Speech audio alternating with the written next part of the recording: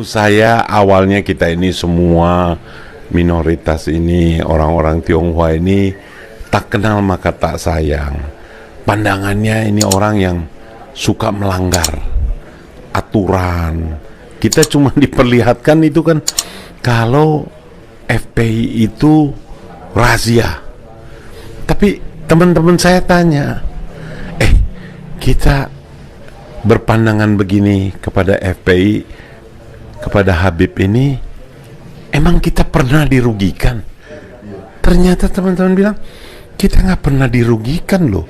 Yang dirugikan itu adalah orang-orang yang kerjanya buka tempat maksiat, orang-orang yang kerjanya tripping, tempat-tempat hiburan yang ada menyediakan fasilitas tripping, ngobat. Jadi kita yang kerja bener ini nggak ada yang merasa dirugikan. Akhirnya kita kenal, kita berdialog, ternyata beliau orangnya yang luar biasa, santun, baik, dan bisa mengerti. Nah, jadi saya pikir ke depan, dan yang saya bangga,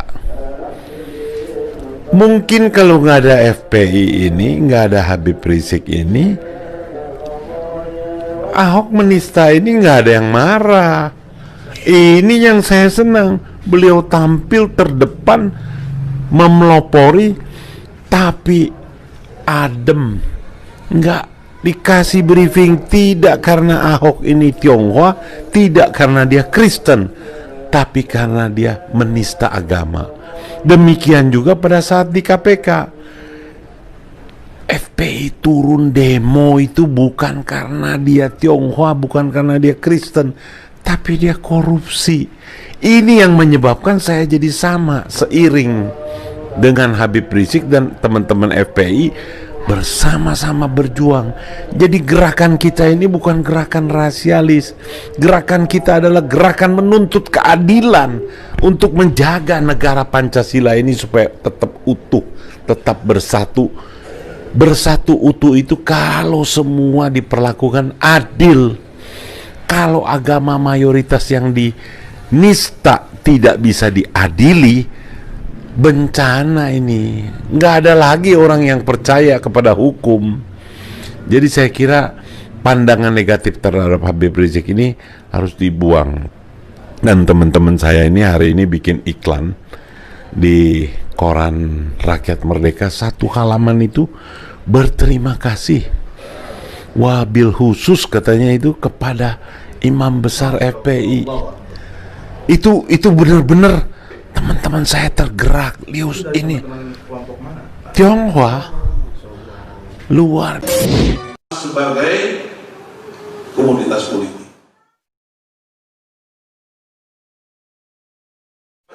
Kami mendapatkan satu kesan yang berbeda dengan apa penampilan yang kita lihat di media-media, dan ternyata FPI juga sebagai anak bangsa punya kerahmatamaan dan justru banyak pandangan-pandangan yang sama. Karena itu pandangan yang sama itu bisa disatukan untuk kemajuan bangsa.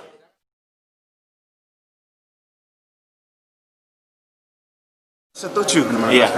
Sesuatu yang minuman keras yang memabukkan itu kan akan merusak daripada mentalitas anak bangsa, sehingga anak bangsa itu tidak memiliki masa depan jikalau moralitasnya rusak karena minuman keras dan juga obat-obat terlarang.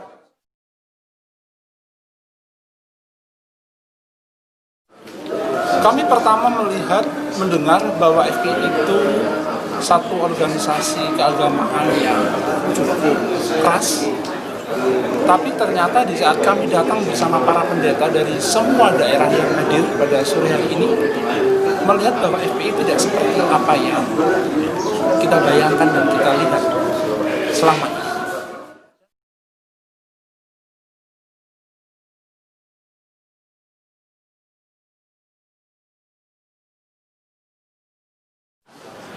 DPP FPI dan Bamak LKKI dalam pertemuan ini menyepakati menjunjung tinggi toleransi beragama dan bersatu menegakkan amar ma'ruf nahi munkar dari hal-hal yang merusak moral bangsa.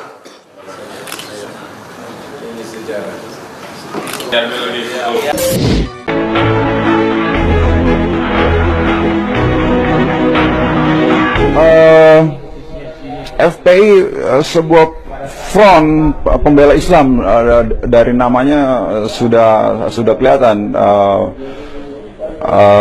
sebuah komunitas yang punya cita-cita untuk membela agama, terutama Islam, dari faktor-faktor yang zolim lah. Dan saya kira ya memang saya sadar juga banyak provokasi, banyak fitnah terhadap FPI maupun terhadap Habib Rizik. Tapi dari interaksi pribadi terhadap dengan teman-teman di FPI dan secara pribadi dengan Pak Habib Rizik, beliau sangat nice, sangat santun, sangat humanis, sangat cerdas. Saya nggak merasa ada sedikit pun kekerasan, keberingasan seperti yang dibesar-besarkan oleh media-media di luar. Sangat baik, sangat santun, sangat ramah, sangat melindungi. Saya nggak merasa dibedakan. Saya bahkan sejujurnya merasa sangat disayang oleh Pak Habib Rizik dan teman-teman FPI juga. Itu terbukti dari beberapa kali kita ikut aksi demo, banyak sekali tuh laskar-laskar FPI yang mengawal lah, ngejagain saya lah, ngasih minum. Jadi nggak benar kalau dibilang FPI ini sebagai organ yang militan, yang violence, yang vigilance, yang rasis. Itu semua fitnah. Bung Rocky, apa yang dialami oleh Habib Rizik, apa yang dialami oleh Habib Rizik, satu sisi merupakan pukulan terhadap ulama yang berani menyuarakan sesuatu. Apakah yang dialaminya itu bisa membungkam semua orang untuk berkata? Buktinya begitu Habib Rizik dihalangi, mulut Habib Rizik langsung berkembang biak melalui mulut mak-mak, mulut intelektual, mulut mahasiswa, mulut BEM, segala macam. Jadi percuma, karena kalau seseorang penguasa ingin membungkam mulut seseorang, maka si penguasa harus punya surplus moral untuk memperlihatkan bahwa dia lebih bermoral, dia lebih mengetahui keadaan, baru orang percaya. Kan Habib Rizik dibungkam karena soal moral sebetulnya. Loh, itu urusan privat Habib Rizik. Jadi kalau Habib Rizik mengkritik kekuasaan lalu dihubungkan bahwa dia punya defect di dalam kehidupan pribadi, itu kan curang kan, itu kan tidak fair. Sama seperti kalau saya misalnya mengkritik kekuasaan, atau Said Didu mengkritik kekuasaan, siapa lagi mengkritik kekuasaan, lalu dipersoalkan oleh buzzer, dia ini begini. Itu nggak ada urusan dengan apa yang dia kritik. Dia mengkritik urusan publik. Urusan privat dia jangan dikaitkan di situ. Itu berarti kalau orang punya rahasia pribadi nggak boleh kritik kekuasaan. Ya di situ sumber dari akal dungunya tuh. Nah, itu yang sekarang pemerintah sibuk kan. Begitu ada seseorang mengkritik, seorang tokoh mengkritik, pemerintah segera menyewa buzzer supaya bongkar kehidupan privatnya tuh. Maka dibongkar panjang lebar tuh. Nah, kenapa buzzer bisa membongkar itu? Karena buzzer-buzzer yang dipiara negara ini itu banyak yang mantan wartawan. Wartawan dungu butuh uang jadi buzzer. Banyak yang mantan dosen. Dosen yang dungu butuh uang jadi buzzer. Banyak yang mantan LSM dungu butuh uang jadi buzzer. Jadi mereka tahu profil tokoh-tokoh tuh. Buzzer ini bukan orang yang nggak tahu biografi orang. Mereka juga dulu adalah orang-orang yang bergaul secara dekat dengan orang-orang yang sekarang lagi dia bully. Kan itu soalnya kan. Jadi kalau kita tanya kok buzzer sekarang sedang nonton juga.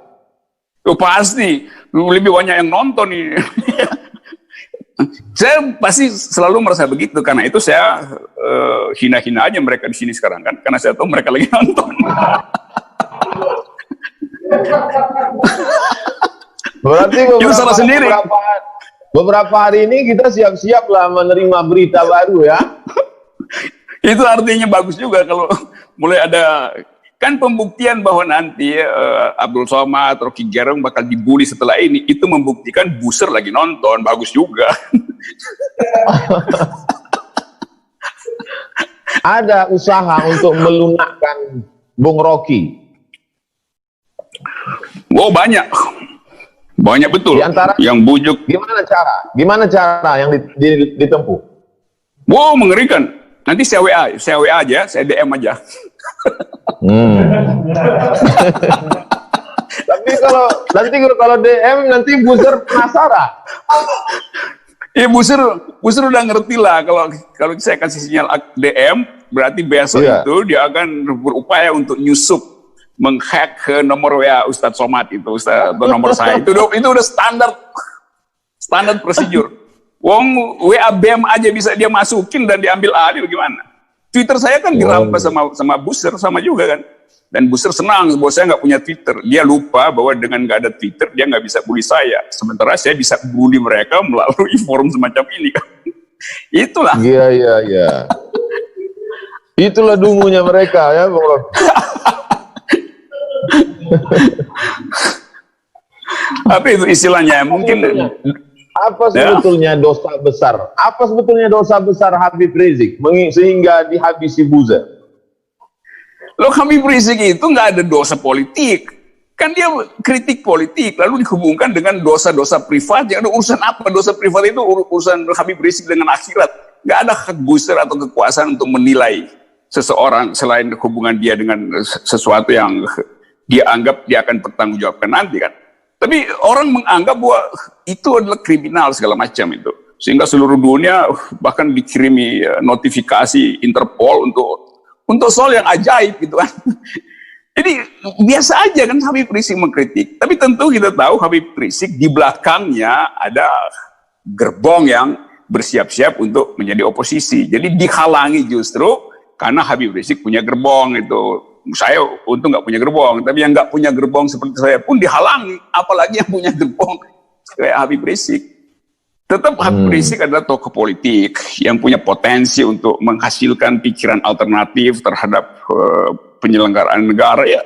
Itu hal yang justru mesti dirawat lah sebagai loyal opposition. Karena Habib Rizik nggak angkat senjata untuk menjatuhkan pemerintah. Ya. Apa bahayanya bagi kekuasaan, Bung Rocky? Kekuasaan yang paling dungu itu kekuasaan yang anti pikiran. Saya setiap hari cuma mengucapkan pikiran. Abdul Somad mengucapkan pikiran, Habib Rizik mengucapkan pikiran, Said Didu mengucapkan pikiran, si Ronald Buton mengucapkan pikiran. Nah, kekuasaan yang takut pada pikiran itu kekuasaan yang nggak punya pikiran. Padahal demokrasi itu adalah pemerintahan akal melalui pemerintahan rakyat. Demokrasi itu mengandalkan argumen. Nah, pemerintah itu sensitif terhadap argumen justru. Pemerintah balas dengan sentimen. Loh, kalau kita mau berdebat, kita pasang argumen secara setara. Jangan saya pakai argumen, yang sana pakai sentimen. Lalu mulai mengeksploitasi keburukan-keburukan orang yang tidak argumentatif. Begitulah watak kekuasaan sekarang semacam itu. Anti argumen, tapi doyan dengan sentimen. Itu ajaib. Kalau Bung Rocky jadi presiden, apa yang Bung Rocky lakukan terhadap pengkritik Bung Rocky? Hari pertama saya beliin empek-empek mereka supaya ya supaya protein otaknya tinggi. Empek-empek kan protein otaknya tinggi, itu aja. Jadi saya akan bujur-bujur itu setiap hari saya kirimin empek-empek itu supaya Gojek ada kerjaan di masa pandemi. Ya udah, ini ada sembako empek-empek dari Presiden Rocky Gerung begitu untuk para bujer. Lalu dikasih gambar presiden, tapi saya nggak pakai logo istana, saya pakai logo emak-emak. Itu Bung Rocky kan akademisi filsafat UI. Apa mungkin setelah populernya Bung Rocky, banyak anak-anak muda kita ingin kursus akal sehat melalui filsafat. Apa sih filsafat itu, Bung Rocky? Filsafat itu dimaksudkan dari awal untuk beroposisi dengan kekuasaan. Filsafat dilahirkan justru untuk menghalangi kekuasaan jadi absolut. Sejarah filsafat Barat begitu, sejarah filsafat India juga begitu, dalam versi Mahabharata, sejarah filsafat Islam juga begitu. Jadi kita mau agar supaya ada elemen kritis di dalam kehidupan akademis kita. Tetapi kalau kita lihat sekarang, kita lihat universitas besar, UGM, mahasiswanya dikontrol oleh rektor. Rektornya ketakutan mahasiswa bikin aktivitas berpikir yang ada basis filosofinya. Lalu diancam. UI juga begitu, banyak seminar yang dibatalkan hanya karena semacam sinyal samar-samar dari rektor. Kenapa itu terjadi? Karena rektor sekarang adalah bawahan presiden. Jadi rektor-rektor ini selalu kan punya semacam maksud yang terselubung, yaitu mendekatkan pada kekuasaan. Kalau dari Safol bisa jadi menteri pendidikan, maka dia larang orang berpikir. Dianggap bahwa kadang-kadang dianggap Anda mahasiswa itu tidak boleh bikin seminar, harus dibimbing oleh profesor. Lo prinsip universitas, mimbar akademis itu adalah mimbar sivitas akademi, bukan sekedar mimbar profesor kan, guru besar kan. Itu kan alasan rektor aja, bahwa mesti ada guru besar yang dampingi. Siapapun yang punya dalil akademis, dia punya hak untuk naik mimbar akademis. Mau dia mahasiswa, mau dia dosen biasa, mau dia profesor, itu setara, dijamin kebebasan akademisnya. Kalau dibilang itu mimbar profesor, mimbar guru besar, banyak guru besar yang otaknya kecil gitu. Itu di Indonesia banyak gitu kan. Jadi kita ingin kembalikan fungsi dari kampus sebagai penyuplai akal sehat. Nah, akal itu hanya disebut akal kalau dia bisa dikritik. Pikiran hanya disebut pikiran kalau dia bisa dibantah. Kalau saya mengucapkan sesuatu dan tidak boleh dibantah, itu artinya saya lagi berdoa. Doa nggak bisa dibantah, tapi pikiran itu bisa dibantah. Nah, cara membantah yang paling mudah adalah tampilkan di wilayah akademis, karena di situ ada metodologi kan. Kan kalau pikiran dipamerkan di pilkada, di panggung dangdut kan nggak bisa dibantah kan. Karena yang datang kan konstituennya mah tepuk-tepuk tangan aja. Lain kalau pikiran akademis, itu akan membantah. Jadi mimbar yang paling mungkin untuk merawat akal sehat, ya memang mimbar akademis. Dan itu nggak boleh dikendalikan oleh kekuasaan itu. Kampus sebagai pusat akal sehat dikendalikan, dibungkam, ditutup, lalu ini berarti gambaran kematian akal sehat. Akal sehat nggak akan mati. Dia dimatikan di kampus, dia akan cari gorong-gorong baru yang namanya webinar semacam ini, yang namanya YouTube. Saya perhatikan begitu kampus ditutup, dosen-dosen pada bikin YouTube baru tuh, dan semuanya adalah menghajar kekuasaan. Jadi percuma ini gelombang akal pikiran ini, gelombang akal sehat, dia nggak bisa dihentikan lagi karena kekuasaan tidak punya alat penghalang. Penghalang dari akal pikiran adalah pikiran. Kalau kekuasaan tidak punya pikiran, maka akal pikiran kampus dan kritisi itu akan melampaui dan membanjiri kekuasaan. Cuman itu. Jadi kalau kekuasaan ingin menghalangi pikiran, nah mulailah dia berpikir juga tuh. Jangan cuma jadi pesuruh, jangan jadi petugas partai, jangan jadi boneka dari konstelasi kekuasaan dunia. Itu artinya orang baca, kalau pemimpin nggak punya pikiran, itu bukan sekedar membahayakan istana, membahayakan bangsa ini. Karena konstitusi menyuruh supaya kita tumbuh dalam pikiran, cerdaskan kehidupan bangsa, itu perintah konstitusi yang nggak main-main. Nah, karena itu kalau presiden misalnya tidak mencerdaskan kehidupan bangsa, dan kita bisa ukur itu secara kuantitatif, itu bisa dinyatakan dia tidak menjalankan konstitusi. Maka ya bisa di-impeach karena tidak mencerdaskan kehidupan bangsa, kan akan jadi tertawaan sejarah. Ada presiden yang di-impeach karena tidak mencerdaskan kehidupan bangsa. Lalu orang mulai berpikir, kenapa dia tidak mencerdaskan kehidupan bangsa? Ya. Tapi kampus tidak boleh bicara tentang impeach. Ya justru itu anehnya tuh. Kampus, fakultas hukum nggak boleh bicara tentang pemaksulan. Padahal Undang-Undang Dasar mengatur soal pemaksulan. Ke kampus bicara tentang apa yang diatur undang-undang kan? Kan kampus lagi bicara pasal yang ada di konstitusi, yaitu pemaksulan. Lalu orang bilang jangan ngomong pemaksulan. Kalau begitu hapus dari konstitusi dan pemaksulan itu. Jangankan pemaksulan, konstitusi aja bisa diubah, diganti. Nanti orang larang. jangan bicara tentang penggantian konstitusi. Loh, konstitusi bilang di pasal 37, saya bisa diubah. Syarat-syarat pengubahan, ada presentasi sidang, keputusan. Konstitusi sendiri memberi peluang dia untuk diubah. Sekarang kekuasaan melarang itu. Kan itu ajaib cara berpikirnya.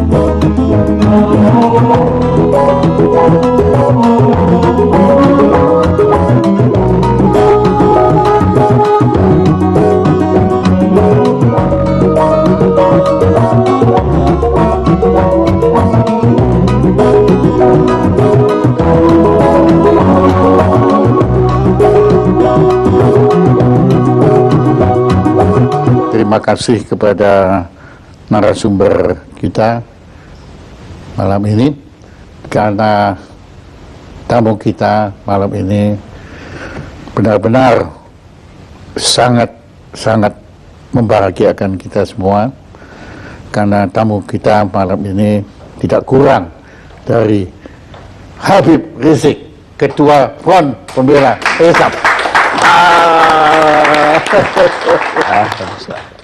Sebelum kami mengundang Habib itu dan kami cerita kepada teman-teman kami, itu mereka semua terkagum-kagum. Dia bilang, hah, kok berani ngundang Habib Rizik? Dia kok berani, nggak takut? Saya bilang, saya ngaku, sebetulnya takut juga. Tapi setelah berjumpa waktu itu, kira-kira sebulan yang lalu, ternyata ketakutan kami itu tidak beralasan, karena ketakutan kami kepada Front Pembela Islam itu, apalagi ketuanya, itu didasari oleh pemberitaan-pemberitaan media massa. Dan justru kami mohon pencerahan dari Habib.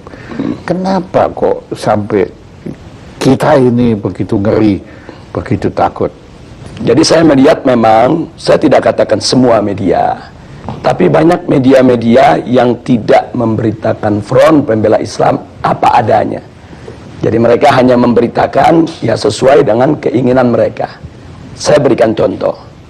Bagaimana laskar-laskar FPI pada tahun 2004 ketika terjadi tsunami di Aceh, itu ada 1.300 laskar turun ke Aceh, bekerja di sana selama 4 bulan, itu mengevakuasi tidak kurang dari 100.000 mayat. 100.000 mayat. Itu satu pun media tidak ada memberitakan. Nah, kemudian begitu juga bagaimana kerjasama FPI umpamanya dengan Kementerian Sosial di dalam program bedah kampung. Jadi ada satu program bedah kampung yang dilakukan oleh Kementerian Sosial yang FPI diajak untuk bekerja sama. Dan kita buat MOU resmi. Bagaimana perumahan-perumahan rakyat miskin yang memang tidak layak huni di Jakarta maupun di luar Jakarta, bersama-sama dengan Kementerian Sosial kita turun, kita melakukan bedah kampung. Nah, ini juga kan tidak pernah masuk pemberitaan. Iya, saya nggak pernah tahu tuh. Begitu juga kerjasama FPI dengan Kementerian Agama RI. Bagaimana kami turun di lokasi-lokasi yang banyak dihuni oleh warga Ahmadiyah, untuk kami melakukan pembinaan. Bukan kekerasan. Saya kasih contoh satu di Tenjo Waringin, perbatasan antara Garut dengan Tasik.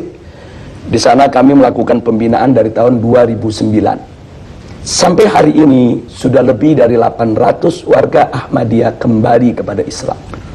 Nah, hal-hal semacam ini tidak ada yang dimuat oleh media. Jadi manakala ada suatu kejadian yang kebetulan katakanlah terjadi tindak kekerasan, nah kadang-kadang itu yang di blow up oleh media tanpa memberitakan tentang akar persoalannya. Nah, saya kasih contoh satu kejadian di tahun 2001. Itu ada kejadian di kota Jakarta ini, ada satu tempat pembinaan olahraga biliar yang dikelola oleh KONI pusat, tapi ternyata disalahgunakan oleh kelompok-kelompok masyarakat tertentu untuk ajang perjudian, penyebaran ekstasi, dan ajang prostitusi. Nah, kita sudah melakukan berbagai macam pendekatan ke KONI, ke Pemda DKI, laporkan ke polisi, sampai 2 tahun itu tidak ada tindakan, sementara masyarakat setempat sudah resah. Nah, ketika terjadi clash antara pengelola daripada kemaksiatan tadi dengan Laskar FPI, akhirnya terjadi pengerusakan, dan itu sudah diadili. Laskar FPI yang melakukan pengerusakan pun sudah ditangkap, sudah diadili, sudah dipenjara. Tapi akhirnya tempat olahraga itu pun sampai saat ini tidak dijadikan tempat maksiat lagi. Jadi sampai di penjara berarti memang FPI ini tidak membenarkan kekerasan. Ya, kita tidak membenarkan kekerasan. Artinya kalau memang ada laskar kita yang bersalah, kita serahkan ke polisi. Silakan diproses, silakan diadili, silakan dipenjara. Cuman yang memprihatinkannya, Pak Jaya, peristiwa tersebut kan terjadi 2001. Sebetulnya kan sudah clear, sudah masuk pengadilan. Tapi beberapa stasiun televisi sampai hari ini diulang-ulang terus itu pengerusakan. Jadi seolah-olah yang ada di benak bangsa Indonesia ya itulah FPI setiap hari. Ya. Dari segala pemberitaan yang sepihak itu, ya timbul juga kesan bahwa FPI ini sama sekali tidak punya toleransi beragama. Ya, itu kesannya. Ya. Nah, kemudian saya agak heran karena waktu saya berkunjung ke kediaman Habib, ternyata rumahnya Habib di sebelah gereja. Dan saya dengar pendetanya sendiri yang ngomong waktu itu bahwa gereja itu dilindungi oleh Habib. Betul itu. Ya, jadi memang di Petamburan tempat saya tinggal ini ada beberapa gereja. Ada gereja Betel dari kalangan Protestan, ada gereja Salvator dari kalangan Katolik, ada gereja Lemuel, ada gereja juga Immanuel, ada gereja juga HKBP. Nah, kelima gereja ini di Petamburan sampai hari ini semua bisa melakukan segala kegiatan ibadahnya dengan tenang tanpa ada gangguan sedikit pun dari masyarakat. Karena memang kelima gereja ini tidak pernah buat masalah dengan masyarakat. Artinya gereja-gereja mereka dibangun pertama dengan izin. Yang kedua, kegiatan-kegiatan mereka itu murni ibadah, bukan untuk mengganggu daripada ketenangan masyarakat. Sehingga sudah sekian puluh tahun mereka sampai hari ini tidak pernah ada gangguan apapun.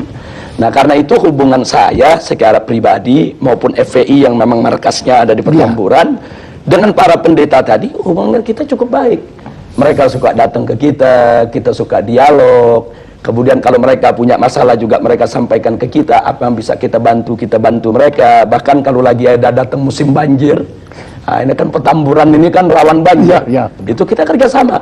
Kalau nggak salah secara pribadi, Habib kan dulu sekolahnya juga sekolah betul Katolik.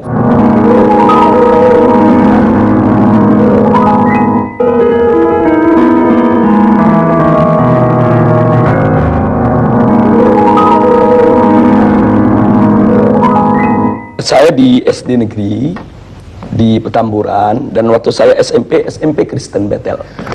Memang tidak jauh dari rumah saya, karena memang waktu itu kan saya lulus SD ini kan usia masih terlalu muda. Badan saya juga masih terlalu kecil. Orang tua kan khawatir kalau saya disekolahkan di tempat-tempat yang jauh. Walaupun ketika itu secara rayon saya mendapatkan SMP negeri 40 Pejompongan. Tapi karena orang tua khawatir, kata orang tua lebih baik sekolah yang di tetangga saja yang dekat. Dan itu Anda lakukan. Dan sebetulnya saya waktu itu sempat menyatakan juga, Ibu, kalau saya sekolah di situ apa nanti nggak khawatir? Ini kan sekolah lain agama. Nah, saya masih ingat betul, saya punya ibu ketika itu jawab, nggak usah khawatir, kamu kan haji, ada ustadz Setiap siang kan kita ada pengajian, sore kan juga belajar sama ustadz-ustadz yang lain. Jadi dengan banyaknya ikut pengajian, gak usah khawatir lah. Toh kamu belajar di situ kan belajar pengetahuan-pengetahuan umum. Iya. Saya pikir juga sekolah-sekolah Kristen yang manapun, dimanapun di Indonesia selama ini, kalau tidak ada pemaksaan kepada murid yang beragama lain untuk belajar agama yang tidak dianutnya, kan no problem. Iya. Nah, dalam ajaran Islam pun kita punya pilar-pilar toleransi, Pak Jaya. Yang pertama adalah sebagaimana Allah firmankan dalam Al-Quranul Karim, la ikraha fiddin, tidak ada paksaan dalam agama. Artinya setiap seorang muslim itu tidak boleh melakukan pemaksaan dalam bentuk apapun kepada orang lain untuk masuk ke dalam ajaran Islam. Nah, jadi ini ketentuan dakwah dalam Islam. Jadi nggak boleh ada orang dipaksa masuk Islam, dipaksa menjalankan syariat Islam. Itu nggak boleh. Nah, itu yang pertama. Jadi artinya la ikraha fiddin, tidak ada paksaan dalam agama. Ini merupakan pilar toleransi dalam ajaran Islam. Yang kedua, itu tidak boleh ada caci maki terhadap agama lain. Bahkan Allah ingatkan, nanti kalau kau hina mereka, nanti mereka akan menghina Allah. Nah, jadi kalau nggak mau dicubit, jangan nyubit, kan begitu.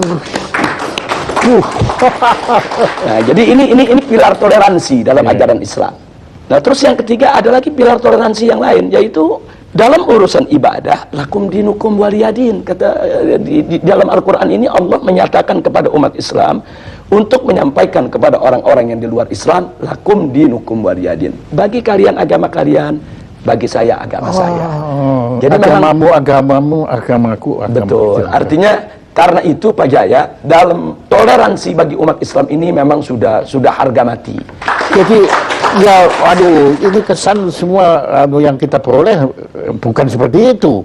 Ya, yang ini kan penyesatan opini yang dilakukan oleh sejumlah media. Saya tidak katakan semua media, tapi ada media-media yang punya kepentingan. Yang salah kita sendiri kok kita tersesat itulah. Ya, karena ya apa yang kita dengar, ya agama yang paling tidak toleran itu adalah agama Islam.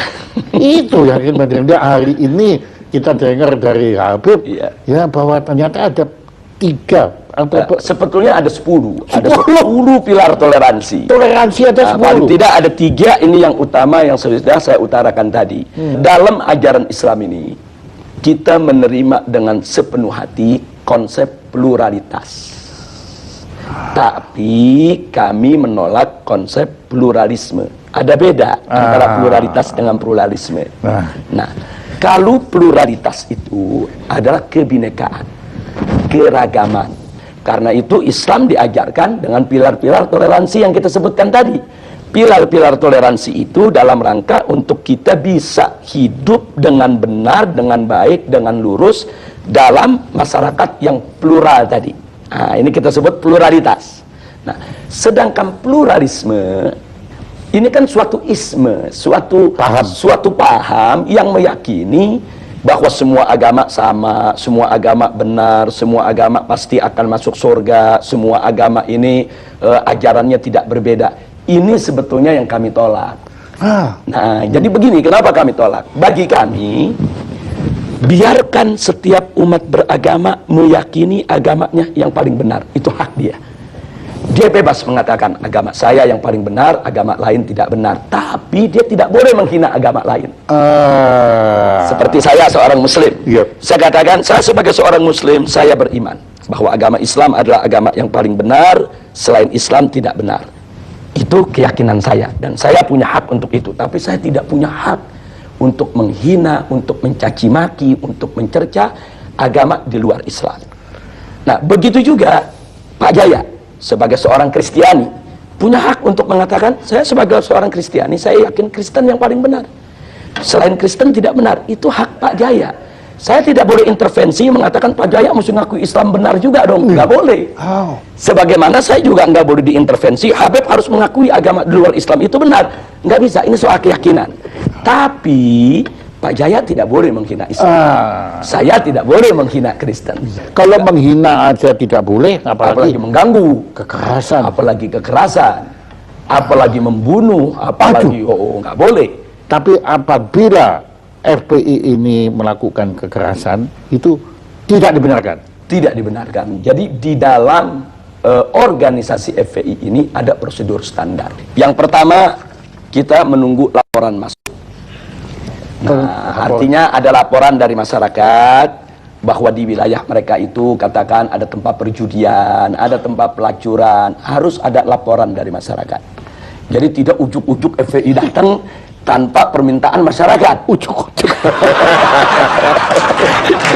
Ini masih ada logat Betawinya ya. Iya, jabat ujuk itu bahasa Inggrisnya apa itu kan? Jadi kita mesti ada laporan dulu dari masyarakat. Nah, kalau masyarakat melapor, berarti kan di sini ada ketidaknyamanan dari masyarakat terhadap kemaksiatan tadi. Nah, kalau laporan sudah masuk, kami lakukan langkah investigasi. Oh, pakai ide investigasi. Iya, artinya kami periksa dulu laporan masyarakat itu benar atau tidak.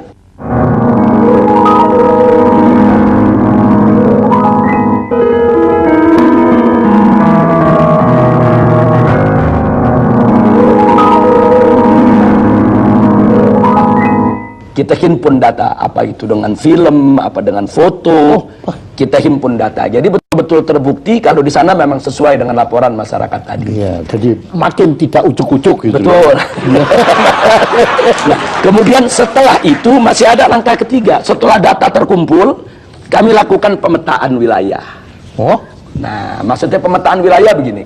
Kalau mayoritas masyarakat di wilayah tersebut setuju dengan tempat maksiat tadi, mungkin ada anaknya yang bekerja di sana, mungkin ada warganya yang jadi tukang parkir di sana, itu diperhitungkan. Kita itu namanya pemetaan wilayah.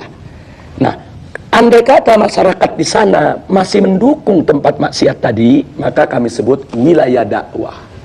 Kami harus kirim ustadz, kirim guru, kirim pendai, pendakwah untuk menyadarkan masyarakat kalau maksiat itu berbahaya bagi kehidupan mereka.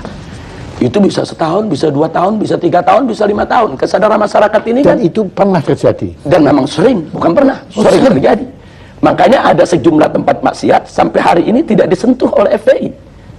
Nah, orang yang tidak paham, mereka pikir, oh ini nyetor sama FPI. Kan begitu. Iya, tapi saya mau tanya nggak sampai hati. Bebas saja itu kita. Ujuk-ujuk tanya. Jadi maksudnya kalau tempat tersebut, kalau warganya masih mendukung, kemudian kita melakukan satu aksi fisik lah katakan, itu kan akan jadi konflik horizontal antara FPI dengan masyarakat, Pak Jaya. Dan itu dihindari. Dan itu tidak boleh. Kalau setelah kami investigasi, ternyata masyarakat mayoritas memang nggak suka dengan maksiat tadi. Cuma mereka tidak tahu jalan bagaimana cara menutupnya. Mereka sudah lapor ke RT, ke RW, ke lurah, tapi tidak membuahkan hasil. Nah, ini kami sebut wilayah hisbah. Artinya dukungan masyarakat kan kita sudah dapat. Nah, tinggal bagaimana menuntun masyarakat tadi untuk menutup tempat maksiat tadi. Bagaimana cara kami tuntun? Kami bawa mereka ke tingkat yang lebih tinggi. Kami bawa ke camat, kami bawa ke gubernur, kami bawa ke DPRD untuk dialog. Kami ajak mereka untuk mendemo secara damai, kirim surat, kumpulkan tanda tangan masyarakat yang minta itu ditutup. Nah, manakala aparat sudah turun, tutup karena tekanan masyarakat begitu kuat, tugas FPI selesai. Makanya saya pernah dengar Habib bilang kalau tidak ada maksiat, kan bilang diminta FPI bubarkan diri, dibubarkan. Iya. Habib bilang apa waktu Ya, itu? jadi kalau maksiat itu sudah tidak ada di Republik ini, pemerintah menegakkan hukum secara benar, FPI bubar sendiri. Saya kasih contoh. Sekarang yang namanya judi kan ada undang-undang yang melarang. Iya, iya. Yang namanya pelacuran kan ada undang-undang yang melarang. Iya. Yang namanya minuman keras kan juga ada aturannya semuanya. Kalau ini semua ditegakkan oleh pemerintah dengan baik, dengan benar, berarti kan pelacuran tidak ada. Berarti kan perjudian tidak ada. Nah, kalau ini dilakukan dengan benar, FPI kehilangan kerjaan, Pak Jaya. Itu kalau kami boleh tahu itu kasusnya apa yang Habib sampai masuk penjara itu? Yang di penjara itu pertama waktu tahun 2003. Oh, yang pertama? Ya, 2003 itu sebetulnya simpel saja. Saya diundang dialog macam ini di sebuah stasiun televisi. Oh iya.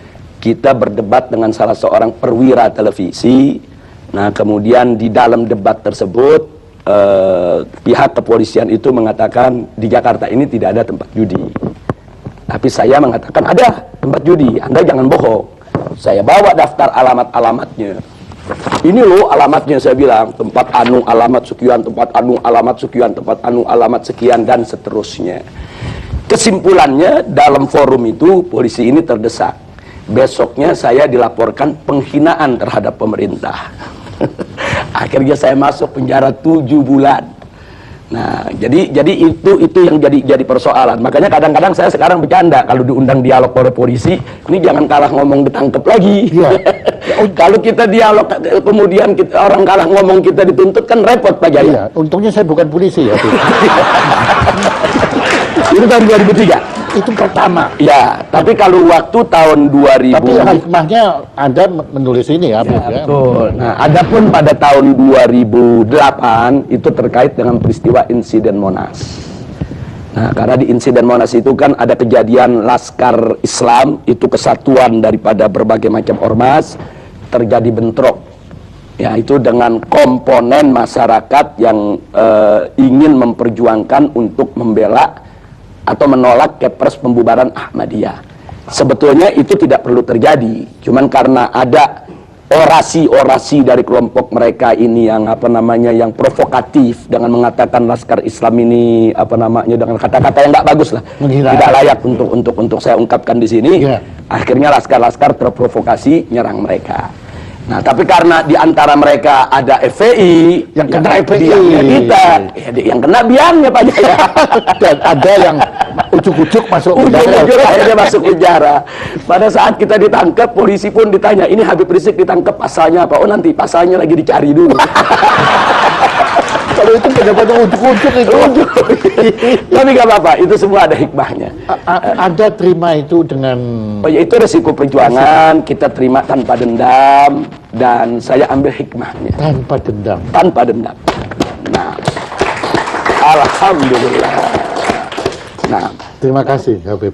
Ya, ini suatu pencerahan, satu pelajaran, pengalaman, masukan informasi bagi kita semua untuk lebih bisa memahami makna perjuangan FPI yang sebenarnya. Ya, dan moga-moga juga siaran talk show yang sederhana ini ya itu bisa didengar juga oleh pemirsa-pemirsa sebanyak mungkin, supaya mereka pun atau kami ya, saya beratasnya mereka juga bisa memahami, dan kita bukan lagi takut, bukan lagi curiga, bukan lagi benci pada FPI, tapi kita mungkin bisa bersama-sama FPI untuk memerangi maksiat di angkara murka di negara kita tercinta ini. Terima kasih. Saya juga ucapkan terima kasih baik atas nama pribadi maupun atas nama FPI kepada Pak Jaya maupun forum show-nya ini yang luar biasa. Kita juga di luar dugaan bisa diundang, bisa diberi kesempatan bicara dengan leluasa, dengan bebas. Dan di sini juga saya ingin menyatakan sebelum kita berpisah, FPI ini kan bukan malaikat. FPI ini kan juga tidak boleh mengklaim kalau dirinya suci. Wow. Di dalam FPI kan juga ada oknum-oknum yang tidak baik juga. Nah, karena itu saya juga minta bantuan masyarakat. Manakala masyarakat mendapatkan ada oknum-oknum FPI yang tidak bagus akhlaknya, tidak bagus moralnya, dan memang melakukan hal-hal yang tidak patut di wilayahnya, tolong laporkan kepada kami. Kami akan ambil tindakan tegas. Bahkan kalau ada cabang-cabang FPI yang coba-coba melakukan suatu kegiatan melanggar daripada prosedur yang saya sebutkan tadi, kita tidak segan-segan. Cabang itu kita bekukan dan kita bubarkan. Nah, jadi kita tidak mengklaim kalau FPI ini tidak punya salah. Tidak. Saya pun sebagai pimpinannya mungkin terkadang juga bahkan sering juga melakukan kesalahan. Apa itu kesalahan dalam mengambil keputusan, kesalahan di dalam berucap, kesalahan dalam bertindak. Nah, karena itu mari kita saling menasehati, saling memperingati, saling memperbaiki satu sama lainnya. Sekali lagi terima kasih buat Pak Jaya dan semuanya. Terima kasih banyak. Alhamdulillah. Seperti begitu, saya sudah menganggap bagian dari konsekuensi daripada. Bahkan Anda sendiri siap untuk mati juga. Wah, itu sudah biasa lah. Hah, iyalah. Kalau saya tidak siap untuk mati, ngapain saya membela Habib Rizik? yang Islam yang tidak ada hubungan darah dengan saya, keyakinan saja berbeda, saya Katolik.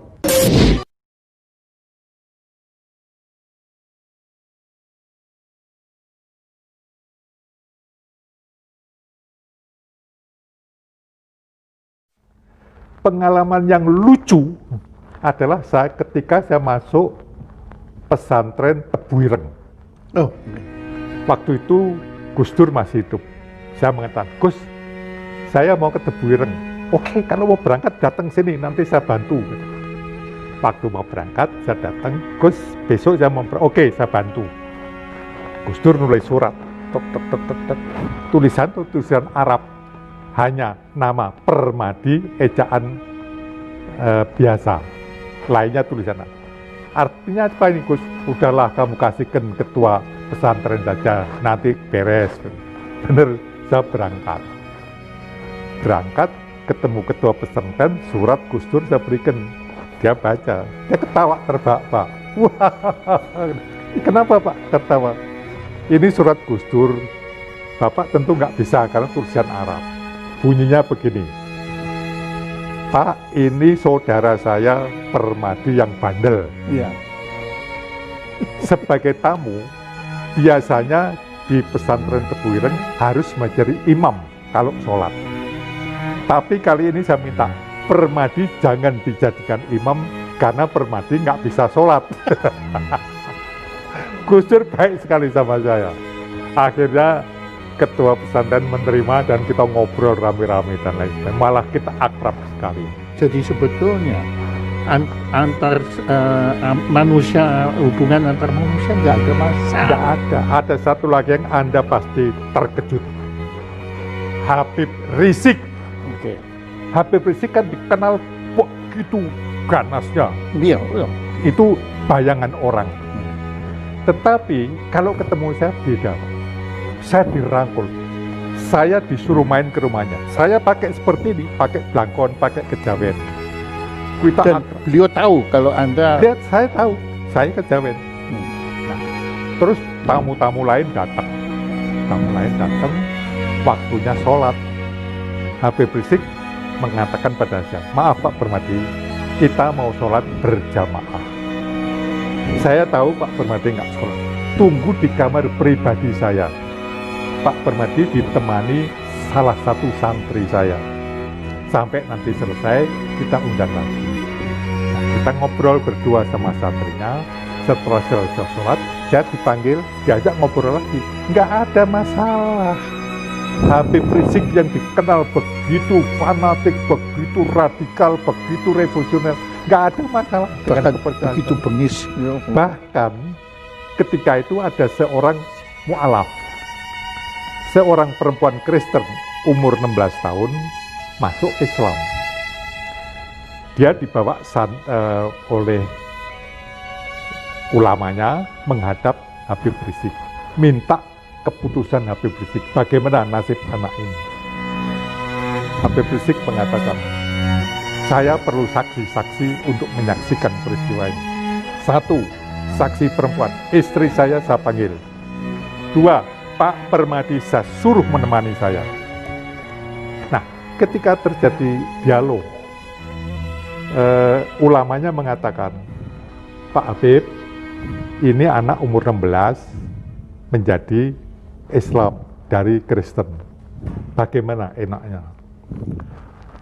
Sebelum saya memutuskan, saya minta istri saya.